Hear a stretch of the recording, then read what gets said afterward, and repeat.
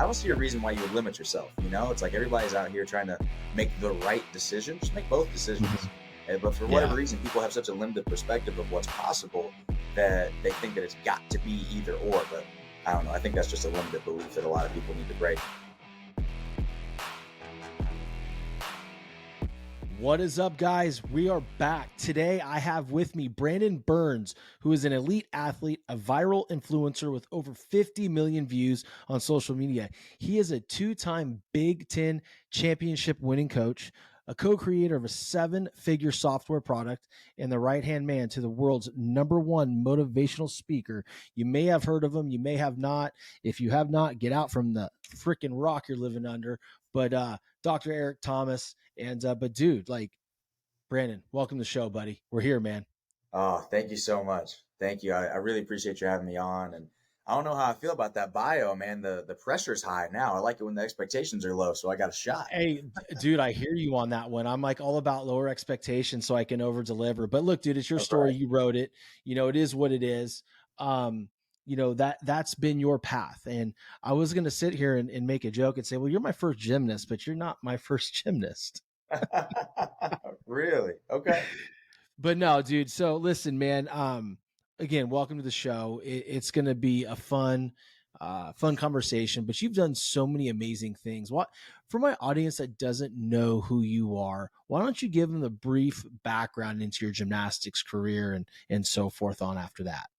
Oh, for sure. So my gymnastics career was one of those chance happenings. I mean, I don't necessarily believe that it was, but on the surface level, it was one of those chance things. I was born and raised in a small town called Huntsville, Alabama, and I never really was big into sports. I think I was always naturally a little bit athletic. I remember when I was in the Boy Scouts, when I was 8 or 9 years old, this is before I started gymnastics, we did those little physical fitness tests, just sit ups and push ups and that kind of thing.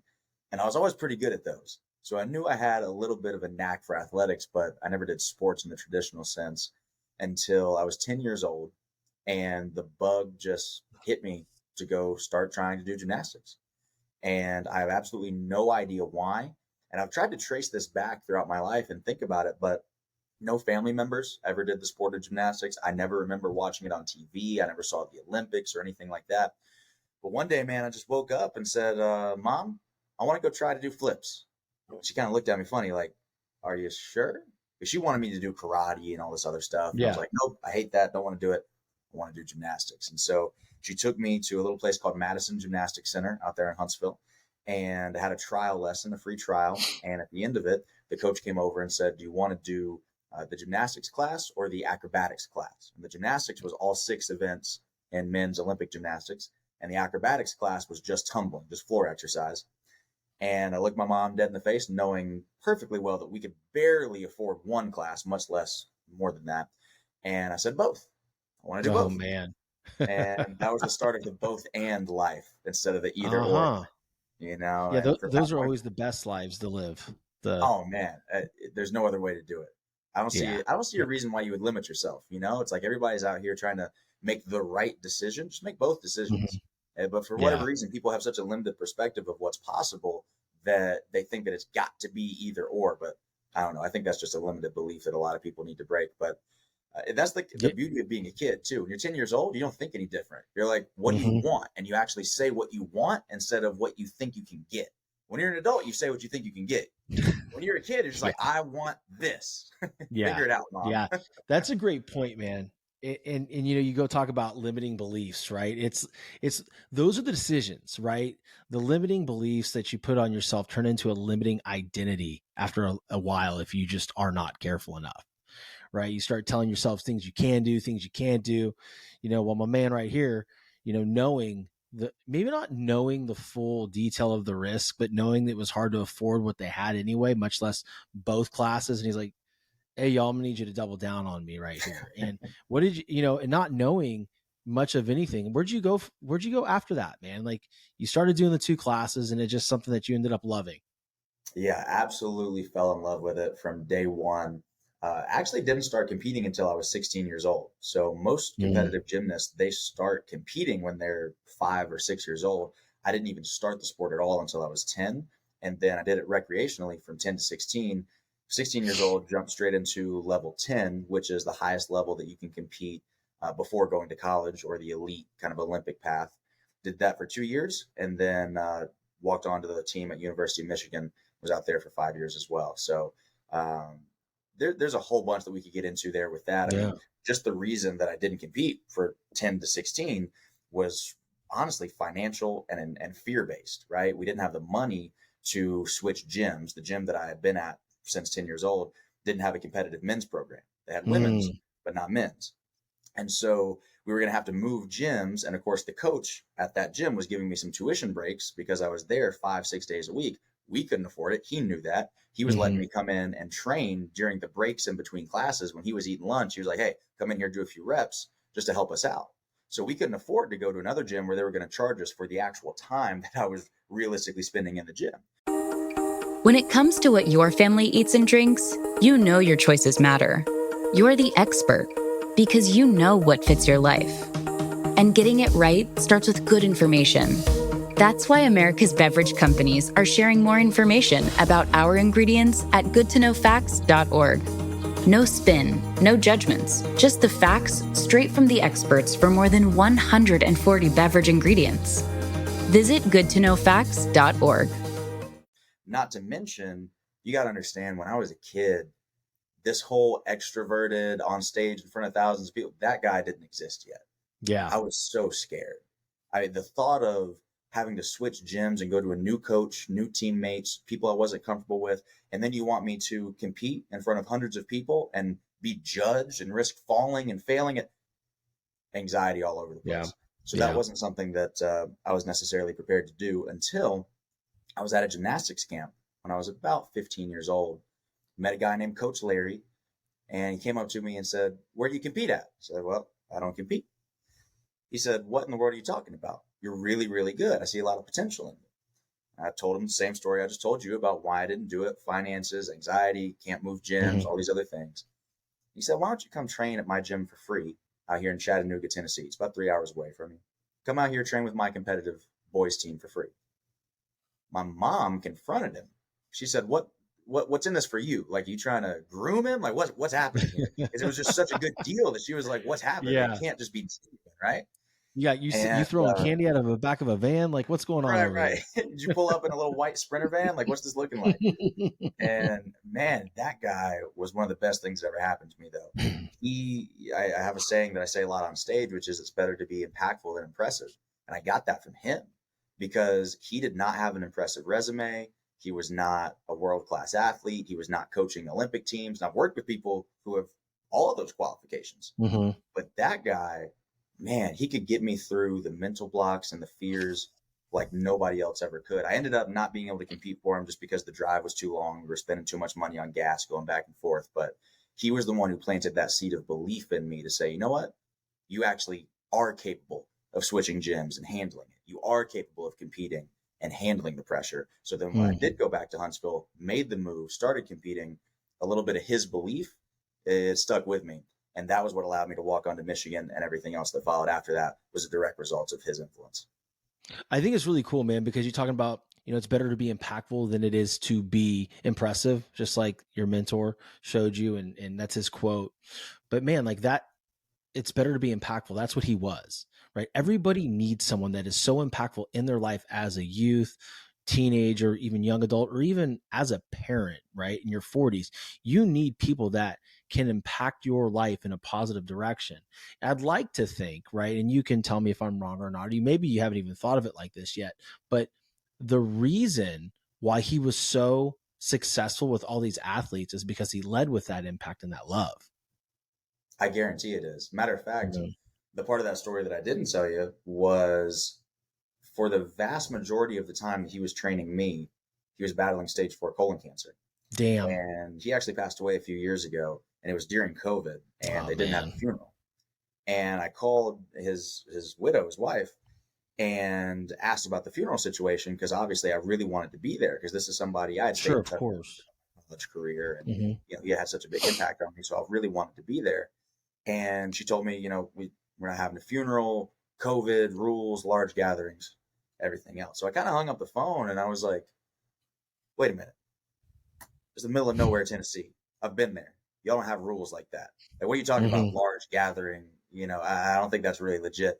I started to think about it and I said, you know what? I'm not the only one. I would almost guarantee you, because Larry had a reputation. If you did gymnastics in Alabama, Georgia, Tennessee, surrounding areas from late 80s through 2020, you probably knew who Coach Larry Denham was, tag gymnastics out there in Chattanooga. And my belief is, had they had a public funeral, I think hundreds, if not thousands, of former athletes would have showed up for him because he did that with everybody. He Mm.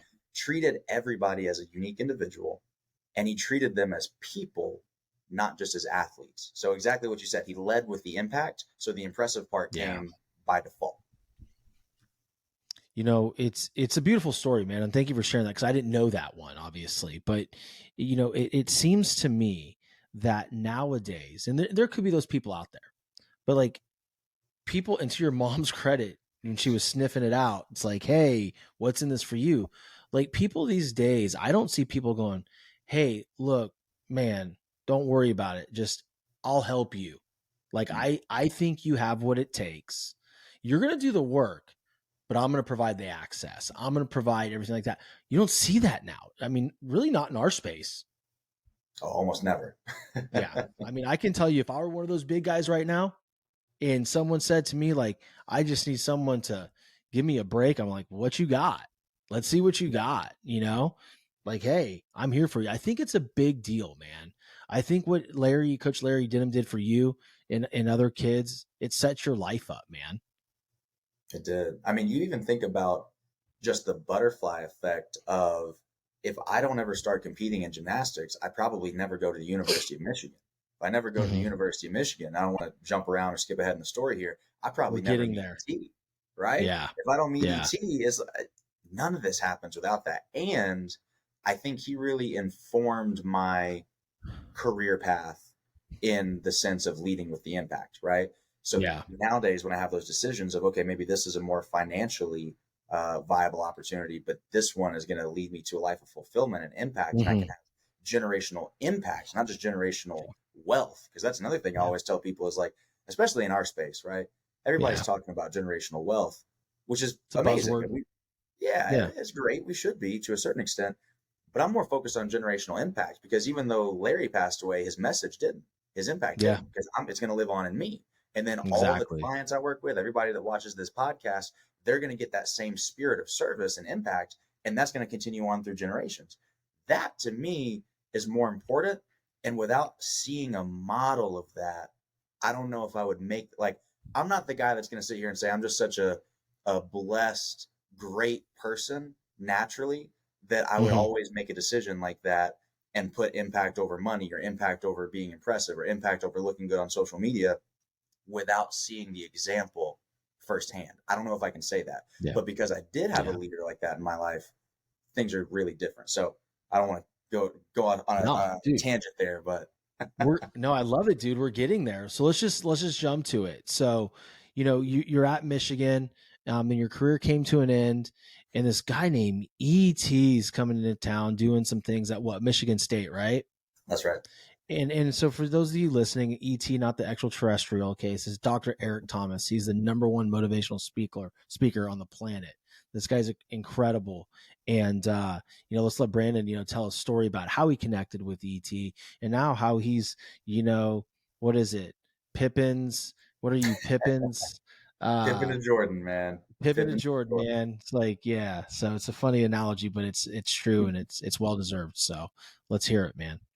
Yeah, that was definitely a wild ride. I would say it started around 2018. Well, really, it started before that. So I walk onto the team 2015 as a freshman, and I get cut from the team 4 times in 5 years. A lot of people think that's a Rudy story where it's like I was cut for the first 4 years, and then I miraculously made it the fifth year. It was actually completely opposite, right? So I made it the first year, and then was cut every single subsequent year of my college career after that. 2018, right after I had gotten cut, I had a really nasty wrist injury, a little ligament called your TFCC.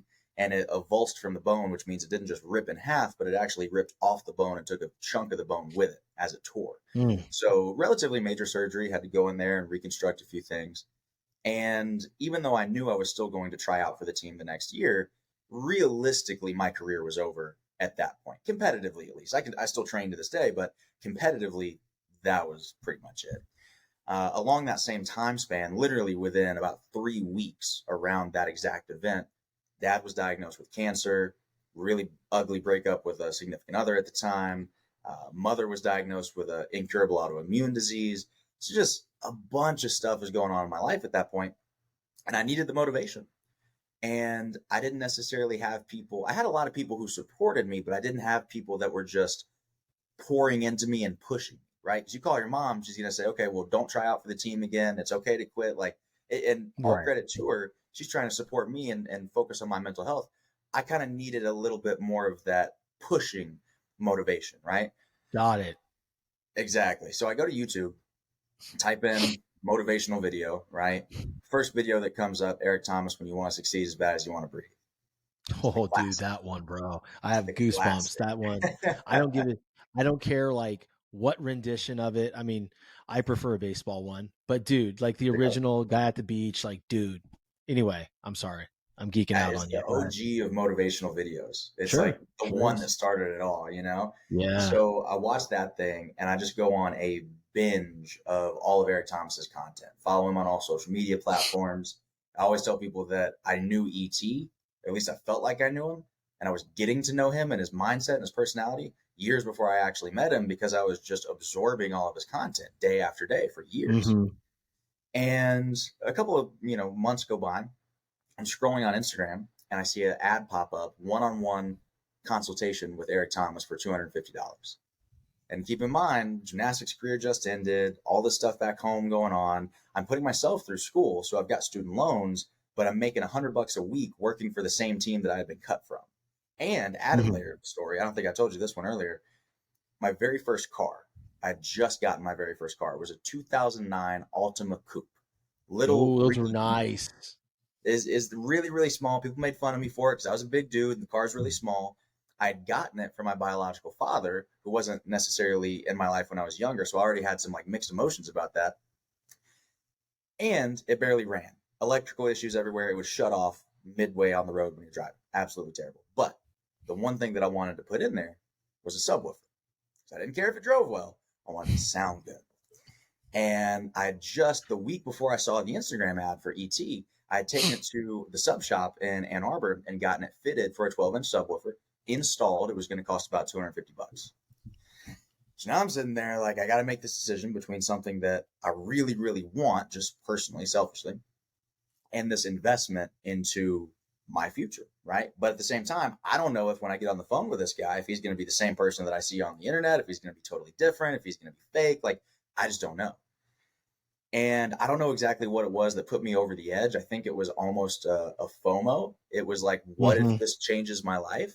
Right. And every time I'm Damn. driving, listening to that speaker, I'm going to be thinking, what if I It screwed sounds this good up? though. Right. Like, what if I screwed this up? And I ended up doing the coaching call and we're on the phone and he finds out that I live in Ann Arbor. He lives in Lansing, Michigan, about an hour and 20 minutes away. He says, come meet me for breakfast, 5 o'clock in the morning, little place called Sophia's Pancakes out there in Lansing. And of course, I was blown away because I was like, what does the number one motivational speaker in the world want to do, meeting me for breakfast for no Yeah, reason? exactly. Right. And of course, I took him up on that opportunity. It was an hour and a half away, wanted to meet at 5. I got to get up at 3. I'd never woken up at 3 o'clock in the morning in my life on purpose before. Chugged a giant, thermos full of coffee, make it out there. And that one conversation was honestly incredibly transformative. But even more than what we talked about in that little breakfast meeting it was the spark that ignited that relationship. And from there, I started volunteering. So basketball camps, he had them in Flint, Detroit, Chicago. I was driving, spending my own money to get out there just to volunteer. It was little 5'9" gymnasts running around these basketball camps in the inner city, trying to add value, trying to get in the room. You mentioned that before he got on camera. All the conferences that he was doing, getting in the room, volunteering. And then I found out he did an event every Monday night for free, open to the public, called the Success Series at Michigan State University. So for no lie, 2 straight years, my senior and super senior year of college, I would get up at around 6, morning training with the gymnastics team. At that point, I was coaching from 7 to 8, class from 8:30 to 2, coaching the team for afternoon practice 2 to 5, jump in the car, same beat up Ultima, drive to Lansing, hour and a half over there, listen to ET speak, get back in the car, drive back to Ann Arbor, and I would coach personal training sessions at night to pay for the gas that I was spending every week to go back and forth. I did that for 2 years straight, and I only missed one of those, and it was because of a family thing. Somebody was in the hospital, but only missed one in 2 years. And right around March of 2020, I was going to the Success Series like I always did every single Monday night, but I knew that I was about to graduate, right? I graduated May of 2020. But remember, in March, we didn't know that the pandemic was here yet. We kept hearing about this COVID thing, but we didn't think it was serious. We joked about it in the gym with the guys. We were like, and this little virus that everybody's talking about overseas, this ain't nothing. And that night at the Success Series, I had a whole binder full of materials that I was going to give ET because I wanted to ask him for an opportunity. 60 pages worth of stuff. Again, I was an introvert, super scared of the whole world. So I couldn't speak back then, but I could write. Had a whole folder of writing samples, motivational topics, mindset stuff. Had my DISC assessment in there, cover letter, resume. And I was going to hand it to him at the end of the night and ask for internship opportunity of some sort because I knew I wanted to be around him because I knew that he was making money and he was helping people. And those were the only two things I wanted to do. So I was like, this is a pretty good guy to learn from. And toward the end of his presentation, and of course I hear absolutely none of what he's talking about because I'm nervous out of my mind. This is like God to me, right? Yeah. And at the end of his presentation, he starts shuffling towards the back door and he says, sorry, everybody, I can't stick around to take pictures today. I keep hearing about this coronavirus thing. My wife has MS. I can't risk it. Don't worry, I'll be back again next week. Sean, 3 days later, the world shuts down. Yep. I don't know what that calling was that said, don't let him walk out that door. I did let him walk out that door because he's famous. And I figured if I jump out of my seat and chase him, somebody's going to tackle me. I'm going to end up in for sure. So I end up leaving my stuff there. My girlfriend's with me. I had a teammate with me, laptop, everything, left it right there in that seat, sprinted up 2 flights of stairs out the front door of that arena. And I beat him to his car because I knew where he parked his car every week. And so he's literally here. His car is here. And I'm standing right in the middle. Like, you have to talk to me. And it's cold and it's raining because it's Michigan in March. And that's, what it does there. And my whole script of what I was going to say to try and convince him to give me an opportunity literally evaporated in my mind before my very eyes. Like I was so nervous. I just handed him this binder of stuff and said, I'll do anything for an opportunity. And right there on the spot, he committed to an unpaid internship. No talk about terms, timeline. What am I going to be doing? He just said, I'll give you an internship and we'll figure the rest out. And I'll go ahead and give you a break there because I've been talking for a minute. But that was the start of a journey that's lasted about 3 years now and has taken me into a completely new career I never thought I was capable of. It's taken me across the world. It's been an unbelievable journey. And a lot of it was from 2 things. Number one, taking that risk to actually not let that moment pass, right? To go chase him down, to go beat him to his car, to go hand him those documents. It was that. And then it was his ability to just give me a shot. And then, of course, what I did with it after that. The thing is that I want to point out is there's a lot of people that will sit there, right? And this happened to me today. And I was sitting there like thinking, like, I need to call this person and see if they're interested in advertising on the show. I think it's a good fit. Let me just pick up the phone. And I'm like, no. Because I felt it. I'm like, knew it was the right thing, but I want to talk myself out of it. I ended up calling that person and we're talking about a 5-figure deal, like follow-up conversations later. Right. So at that point, Brandon, like walk the audience through some of the micro thoughts that you had. Cause I'm sure at some point you thought like, no, I'm just going to sit here in this fucking seat. I'll wait till next week. Right. So like walk the audience through that. Cause I think a lot of people, man, are stuck in that micro thought and don't take that step forward. Their life could be different, man. Man, I'm so glad you asked that question. I'm a big fan of vividly looking at what would happen to your life if you don't take the chance, if you don't take the risk. Because I think we live in a very positive psychology heavy society right now. one of my degrees from Michigan was in psychology. So we spent a lot of time in, this positive psychology mind frame. And I think it's great. I love it. It's very valuable in certain Mhm. cases. But because personal development and positive psychology is so hot right now, sometimes some of that harsh reality is lost on people. Agreed. And what's amazing is I'm exactly the person that you're talking about right now. I was Yeah. that guy, to the point where I sat in the same seat every week for 2 years because I wanted him to know that I was there and for him to recognize my face. But I never would make eye contact with him during his presentations because I knew that he would do a lot of call and response with the audience. And I was so introverted and scared that I didn't want to even say yes in front of this Mm. room of 200 or 300 people. So I wouldn't look at him in the eyes when he spoke.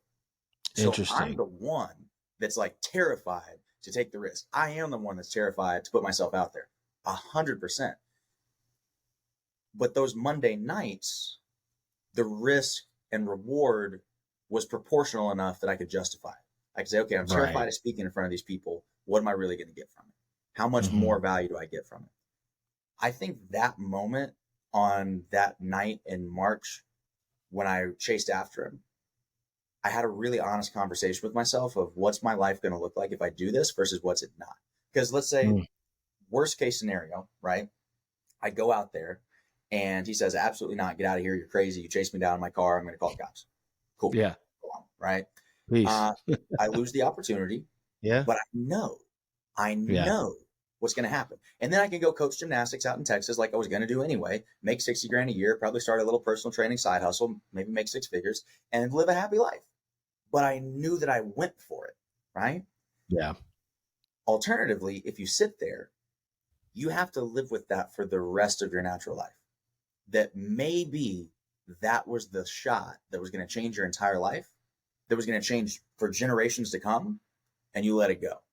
And for me, regret is scarier than death. It's scarier than Mm. failure. Regret is something that I don't know what it is about my natural wiring, but it's something I can't live with. And so for me, the fear of the regret and the missed opportunity outweighed the fear of action. Excuse me. That's a good point, man, because I think a lot of people just get stuck in that, Mm. and it's hard. I mean, see, that takes a lot of awareness too, right? To sit there and say, hey, what would it be like if I didn't? Let's go the negative route here. Brandon, what would it look like if I didn't take this risk? Hey, Sean, what would it look like if I didn't make that call? Well, you wouldn't monetize, bro. Like, well, what's your goal, right? We want to take this thing to a point where we can impact billions of lives.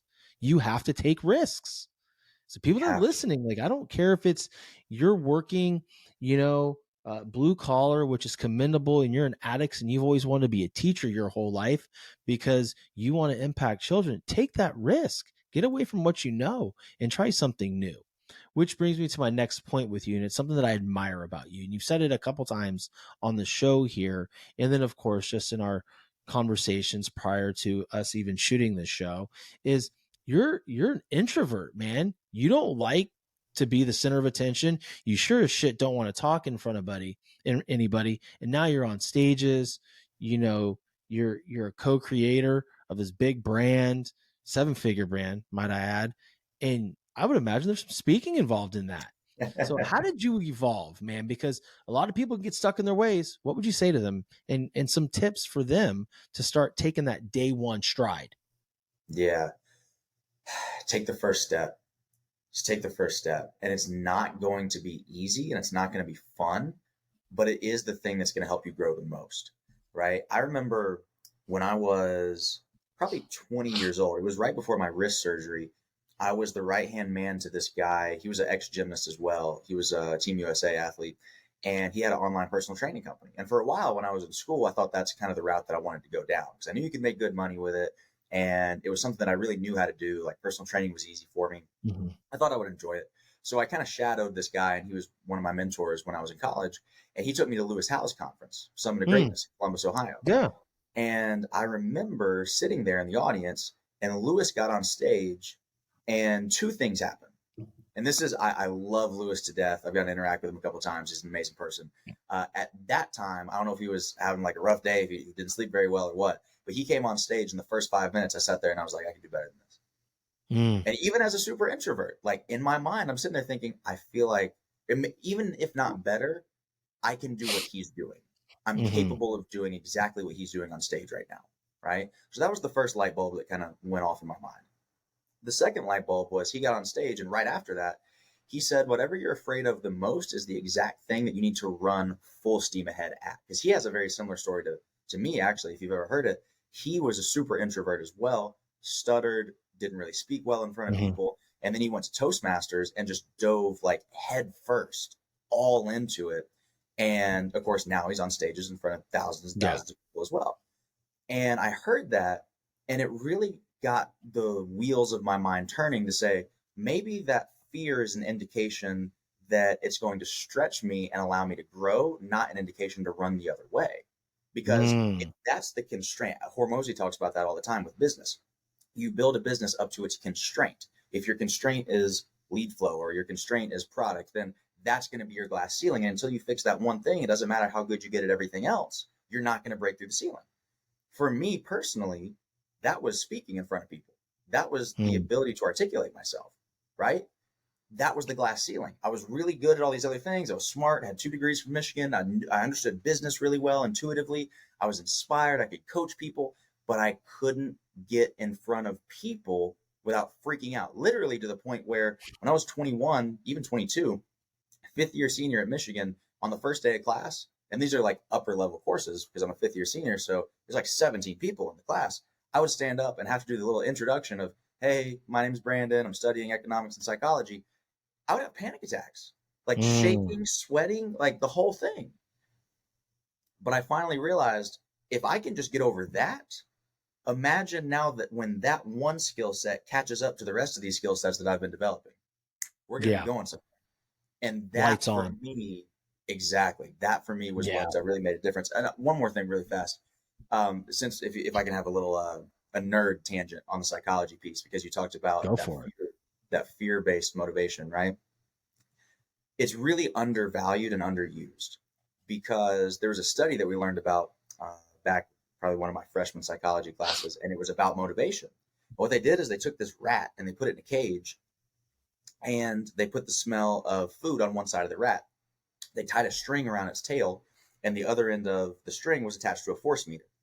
And what they did was they measured how hard the rat was pulling toward the food as a proxy for its motivation. If it pulls harder, it's more motivated to get to the food that's on the other side of the cage. So they got their number, their reading, right? Then what they did, exact same experiment, rat, tail tied to a force plate, smell of food over here. They sprayed the smell of a cat behind it. The number didn't just double, it more than doubled, which shows if you really want to tap into that motivation, having goals and dreams is great. You got to have goals and dreams. You got to have a target. You got to be aiming towards something Mm-hmm. positive, right? You got to be pulled and called towards something bigger than you that you're inspired to grow to go get. However, that harsh reality of here's the regret that I'm going to die with if I don't do this and take that chance, you've got to have that. You got to have something you're running to, and you got to have something that you're running from.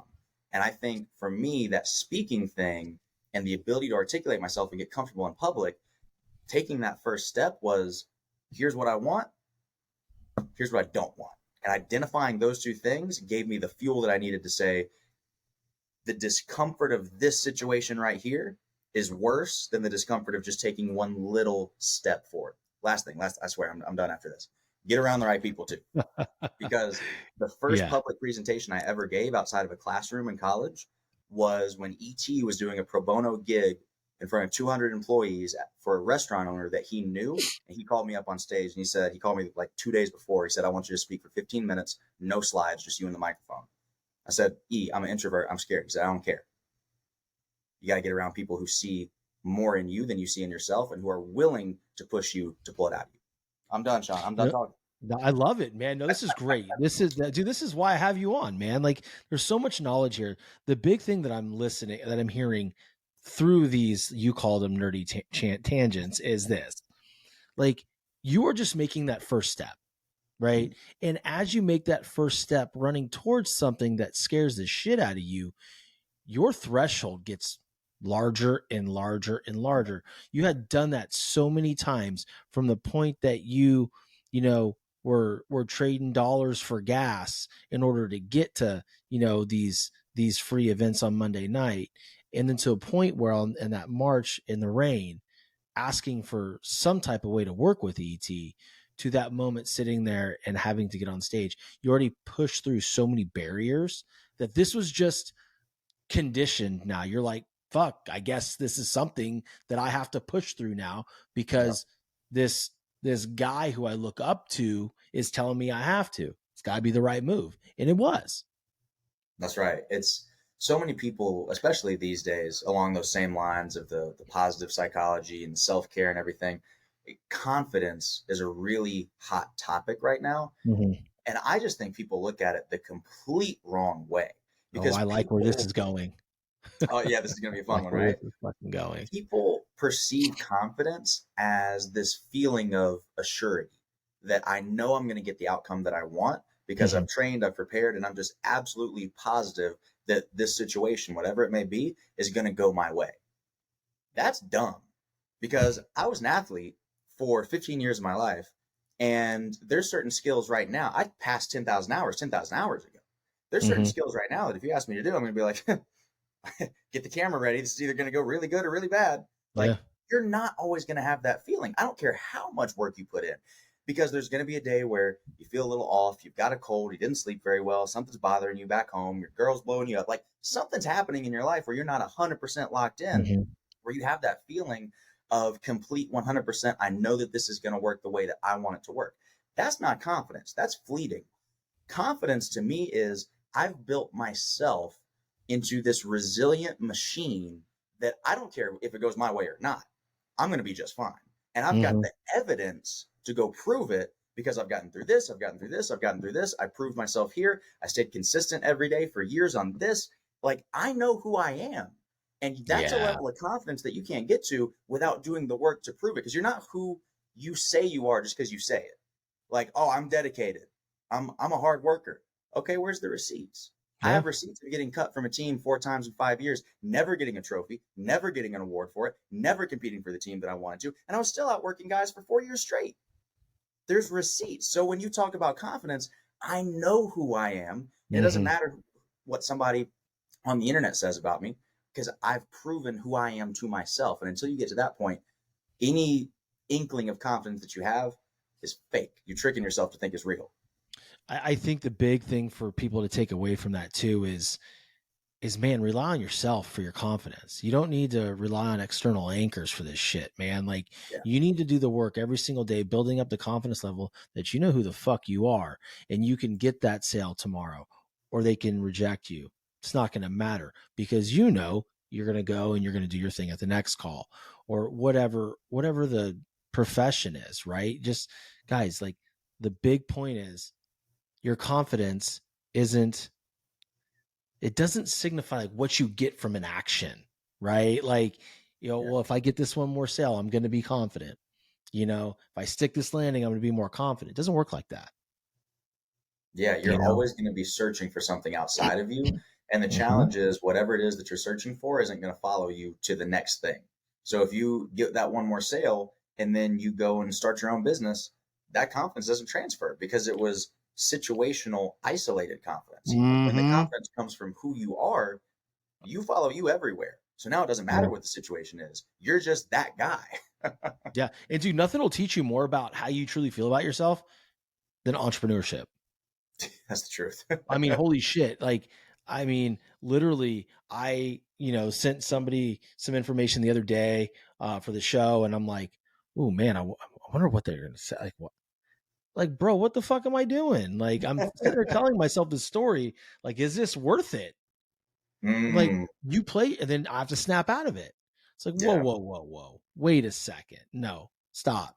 But when you're selling something for somebody else, whether it's you're in a medical career like I am or somewhere else, like, you automatically just think, okay, I'm going to go sell this stuff, but those, to your point, that confidence is not transferable to being an entrepreneur. It's not. It's a completely different set of challenges, insecurities, lack of confidence that you have to build on every single day. And I always like to ask myself this question when I'm struggling with that. What would that dude, myself in 10 years, when I'm where I want to be right now, where I see myself, how would he act right now? Or how would somebody like E.T. or Brandon Burns act in this moment, right? I think that's very important for people to understand. Yeah, that's such a great question to ask. And I think that, a lot of people talk about manifesting is, again, goes along with the whole positive self-development piece that we're in now. Which is But over fucking played, by the way. oh Like, I yeah, want to get there, but like, we can get there. Like, we can go hard on these people and hurt some feelings. But anyway, keep going. I don't sometimes want people you. need to get their feelings hurt. Sometimes that's the only way you change. I mean, dude, I'm sorry. The law of attraction, I get it. I'm not going to close my eyes and put a Ferrari on a corkboard. It's going to be in my fucking driveway. People, there's work involved. Okay. There is work involved. I hate to, that's the spoiler alert. Okay. That's it. a God, hundred percent, a jeez, hundred percent. man. Like the manifestation thing is so misunderstood, right? Mhm. It is not sitting there and humming and visualizing, and all of a sudden, like you said, a Ferrari or a Lambo ends up in your garage, or Yeah. yachts parked outside. All of a sudden, like that's just That's just good delusional. marketing. Right? Exactly. Yeah, that's how we sell courses. Yeah. Hello. Right. That's how they Uh, sold that book. right. Eventually, when you see enough people do it over and over, and enough people get rich off of selling the same dream and vision to Yeah. millions of people, you Yeah. start to see a pattern. But Yeah. Yeah. that's neither here nor there. We're not Uh, knocking social media or anything, but it's fine. right. Not at all. Not at all. But Assholes. to me, what I feel like the actual process of manifestation is you put yourself in the mindset Mhm. of that person that you want to be, and you start making decisions from that frame of reference rather than the current reality that you're experiencing.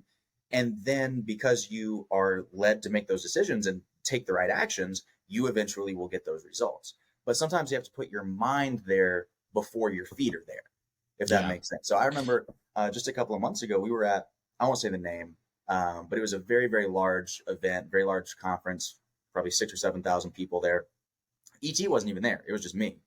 And it was a big name in the personal development industry that you would know. And we, of course, were able to go backstage. It was me and a buddy of mine. So I, of course, kind of came as ET's guy. And they gave me kind of the backstage privileges to go connect with everybody. And they were just trying to help us out because we're trying to do within ET's company some of the things that these people had successfully done for years. So that connection was made. They said, hey, let your guy come back here, connect with everybody, ask us whatever questions he needs. We'd love to help you out.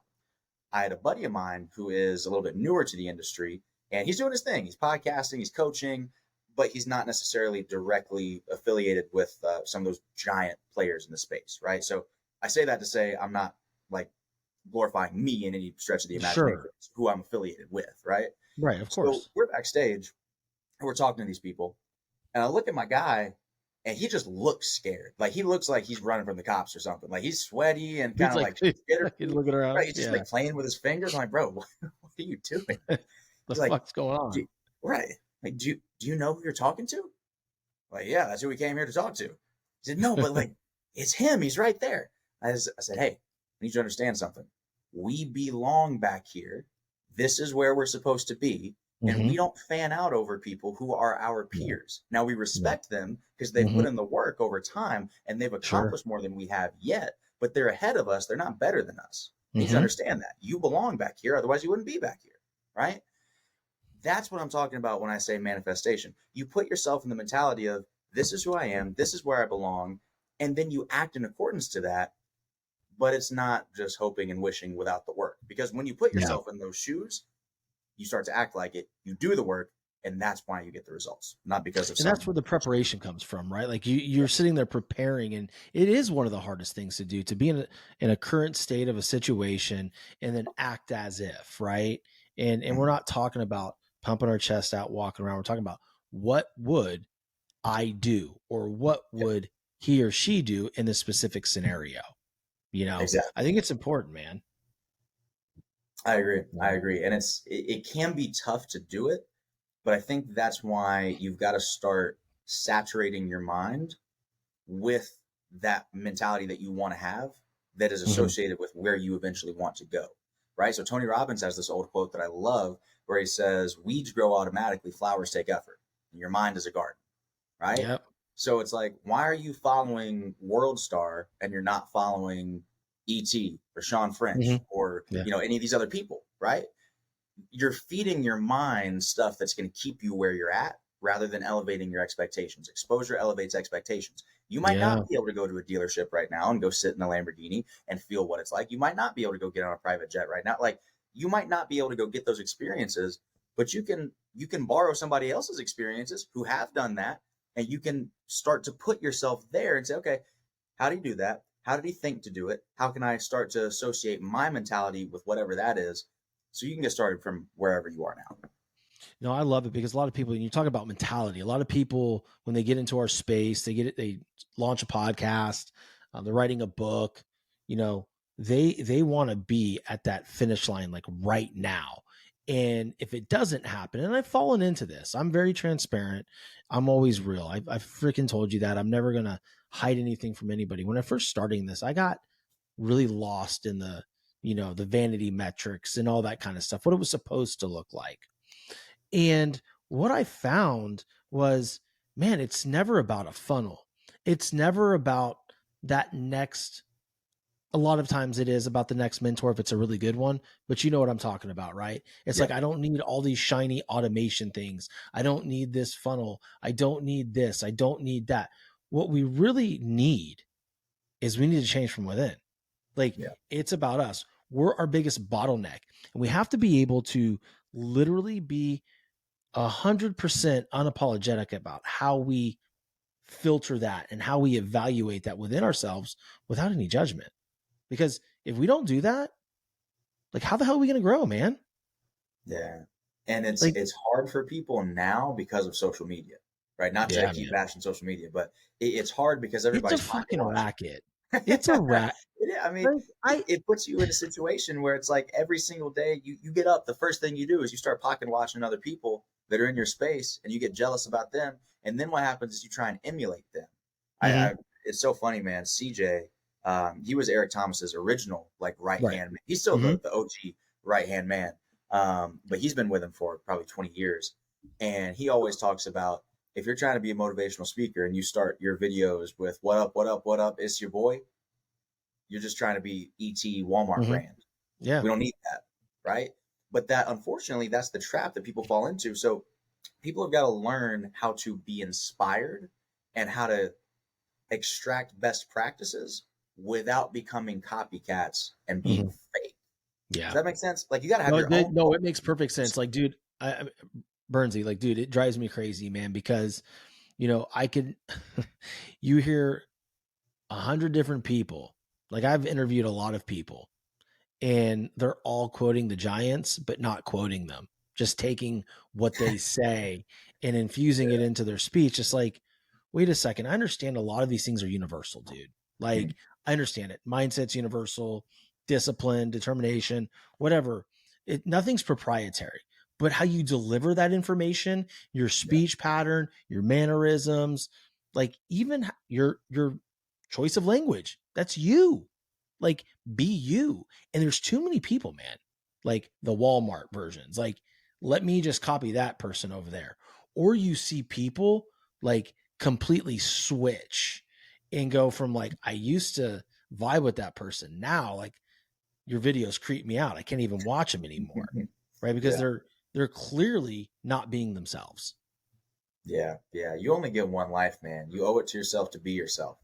It's like, why would you spend your entire life trying to emulate somebody that you can never be? Like, you Yeah. were given a unique set of gifts, talents, and potential, and I don't necessarily want to take it into a super spiritual place. That is something that I believe in, but for Same. me, think about how disrespectful that is to either your creator or the universe or whatever you believe in. That they gave you a completely unique set of potential that if Mm-hmm. you would fully actualize what you have, nobody, not me, not Sean, not ET, not anybody, could do what you do because you're Mm-hmm. so unique. But you want to be so disrespectful to the gifts that you were given, and you just want to go try and copy somebody else. Like, that doesn't even make sense. And it's not going to work. Oh, dude, that right there, bro. That is so good because, for me, it's, God, Christ. I'm a Christ follower. And like, I'll sit there sometimes and I'll beat myself up and be like, would I ever talk to my kids like that? Like, no, I've never Mm-hmm. talked to my kids like that. Would I allow anybody to talk to my kids like that? And I'm like, oh, and that thought of someone saying, some of the things that I can think about myself to my son or my two daughters almost puts me in tears. I'm like, wow, now you know how God feels. What are you That's good. doing? What are you doing, man? But I think it's something that a lot of people can struggle with. And, mental health is important in this space because, like you say, you pocket watch, you get up, and a lot of this industry is based on vanity stuff. People say, don't worry about the vanity metrics, but like, you could put something out there that you think is going to perform and it just goes to shit. Like you're That's right. sitting there all day and you're like, is there crickets? Did I even post this today? Like what's going on? But then you collaborate with somebody and then, you have 35,000 likes the moment it's published and you're like, okay, thanks for fucking up my algorithm. Very nice. Then I Right got all now, these all my bots stuff on. looks terrible now. Yeah. It's like I got 80,000 views and like, there's mine. Bing. Just like, whatever, man. Nah, man, this is a good conversation. I think the overall tone of what I want the audience to really understand is like you had clarity about what you wanted and who you wanted to work with. And then you created a plan, a strategy, and then you implemented a ton of strategic activity to even get in between him and the car. And then you had intention. Like there's manifestation right there, 101, guys. That's a formula. That's a three-step Dude, formula. And I do want right? to say this because I think sometimes when I tell people that story, they think that it was this super intentional plot that I came Mhm. up with like in an evil layer 5 years ago, and I was like, okay, I'm gonna become ET's man, right? Yeah. And the truth of it is, in reverse, that makes perfect sense, right? Yeah. Intention, strategy, everything else. And there's truth to that. That is the underlying foundation of what made that successful. In the moment, though, I knew a few things.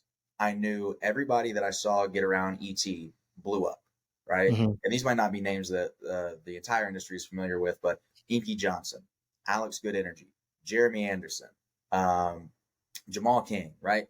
I just kept seeing a pattern of if you get close enough to ET, you tend to have a pretty cool life. So I was like, Mhm. okay, I'm not smart enough to do this on my own. Let me go. I don't know what the secret sauce is, but they seem like they have it. So let me go figure that out. So let me get close. Okay, how Yeah. can I get close? I'm a college student with no real skills or marketable assets. Let me go volunteer. Let me volunteer the only thing that I have, my time. Cool. Let me make sure that I'm consistent because I'm a big believer in like people came up to the gym to me in the gym just the other day and they asked for my arms workout routine, right? And I thought about it for a second and I said, my arms workout routine is I worked out every day for 15 years. Mhm. Like I don't have a specific exercise you've never heard of. It's curls, Yeah. but I did it a lot Yeah. over a period of time consistently, right? So I said, okay, maybe I shouldn't go to this event, the Success Series once. Maybe I should go every single week, right? Like it's not a super deliberate, okay, I'm going to chase him down in the parking lot. Then he's going to give me an internship. I'll turn down the job offer so I can finish the internship. Then he'll hire me as an admin. Then I'll work my way up to being his agent. It wasn't like that. It was just a series of, I hate to say it, common sense decisions to say, here's the life that I want. Here's where I am now. This seems like a reason. It might not be perfect, but this seems like a reasonable strategy to get me closer to this. Not all the Mhm. way there, but Yeah. closer. Let's try and actually put in energy and effort to execute that. And if you just do that over, like if you do that every day, if you say, here's something that kind of vaguely looks like it's going to lead me closer to the life that I want, let me actually take action towards that. And you do that every single day, you will look up in 5 years and have no idea how you got from way over there. Yeah. Like you won't even be the same person. Yeah.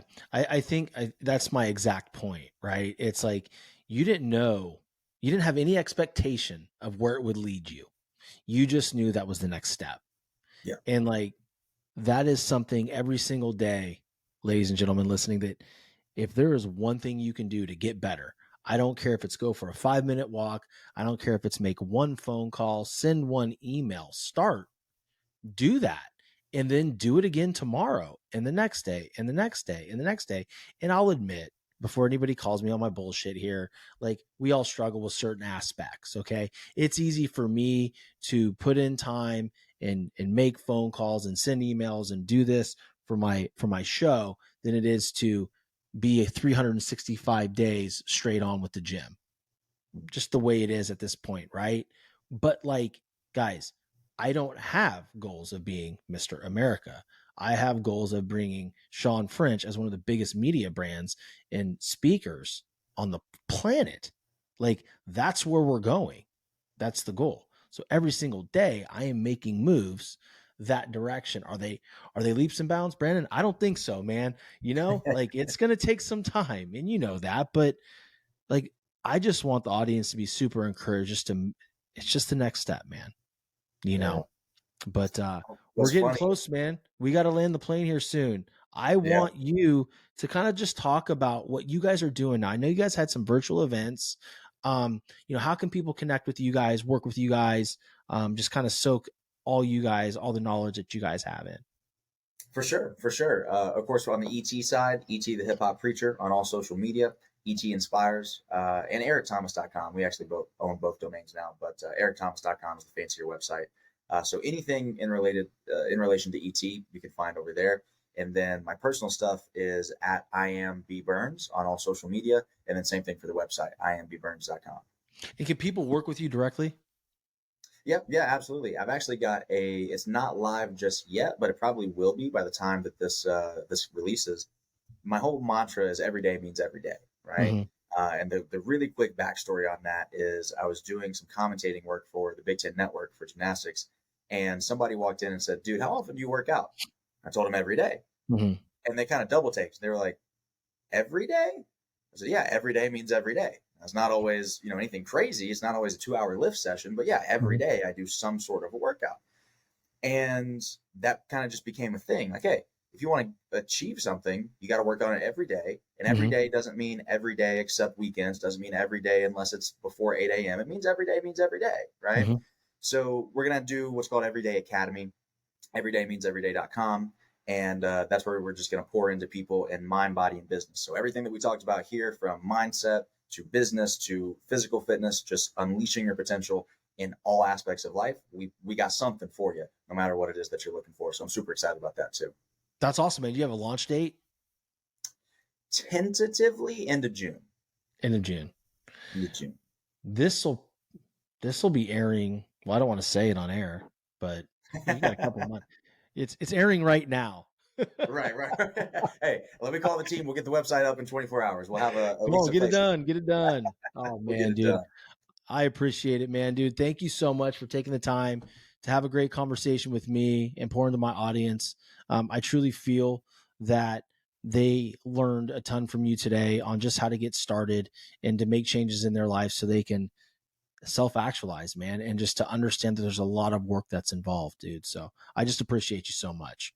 Man, thank you so much for having me on here. And thank you for doing what you do, by the way, because it's not always a job that gets thanked enough. But without people like you, people like me have no platform to share a message. And we can only help people when we team up and work together. So appreciate you. Absolutely, brother. My pleasure. And until next time, guys, see you soon.